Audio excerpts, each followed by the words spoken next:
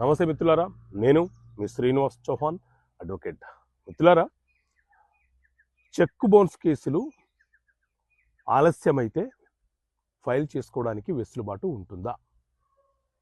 So మిత్రులారా, check bounce కేసులన్నీ కూడా negotiable instrument act NI act అనే చట్టం ప్రకారంగా ఫైల్ చేస్తూ ఉంటాము.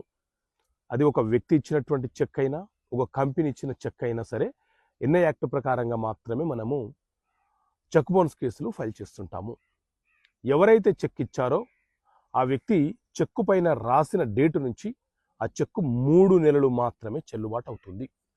3 నెలల లోపు మన బ్యాంక్ అకౌంట్ ఎక్కడైతే ఉంటుందో అక్కడ మనము ఆ చెక్కును ప్రజెంట్ చేసి ఆ చెక్కు ఎందుకు చెల్లటం లేదో దానికి గల కారణం ఏంటో బ్యాంకు వారి చేత రాయబడిన ఒక రిటర్న్ మెమో మనము తీసుకొని అడ్వకేట్ ద్వారా ఒక లీగల్ నోటీసు పంపించి అక్యూజ్డ్కి 15 రోజుల సమయం ఇవ్వాలి.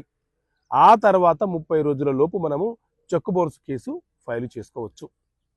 ఒకవేళ మనం 30 రోజుల లోపు కేసు ఫైల్ చేయకపోతే, కొంత ఆలస్యం జరిగితే, అప్పుడు మనకు కేసు ఫైల్ చేయడానికి వెసులుబాటు ఉంటుందా అనంటే, అదే నెగోషియబుల్ ఇన్స్ట్రుమెంట్ యాక్ట్లోని సెక్షన్ 142 సబ్సెక్షన్ బి ప్రకారంగా కాండోనేషన్ డిలే పిటిషన్ ఫైల్ చేస్తూ చెక్ బౌన్స్ కేసు ఫైల్ చేయడానికి ఆలస్యం కావడానికి కారణాలు ఏంటో చూపిస్తూ అదర్ సైడ్ వారికి నోటీస్ పంపిస్తూ మెజిస్ట్రేట్ కోర్టులో మనము చెక్ బౌన్స్ కేసు ఫైల్ చేసుకోవచ్చు. కొంతమంది ఏం చేస్తుంటారంటే, లిమిటేషన్ యాక్ట్లోని సెక్షన్ 5 ప్రకారంగా కాండోనేషన్ డిలే పిటిషన్ ఫైల్ చేస్తూ ఉంటారు. దీనివల్ల ఆ కేసు డిస్మిస్ అయ్యే ప్రమాదం ఉంటుంది. కాబట్టి డిలే అయిన ఎన్ఐ యాక్ట్ సెక్షన్ ప్రకారంగా డిలే పిటిషన్ వేసుకొని కేసు ఫైల్ చేసుకునే వెసులుబాటు మనకు ఉంటుంది.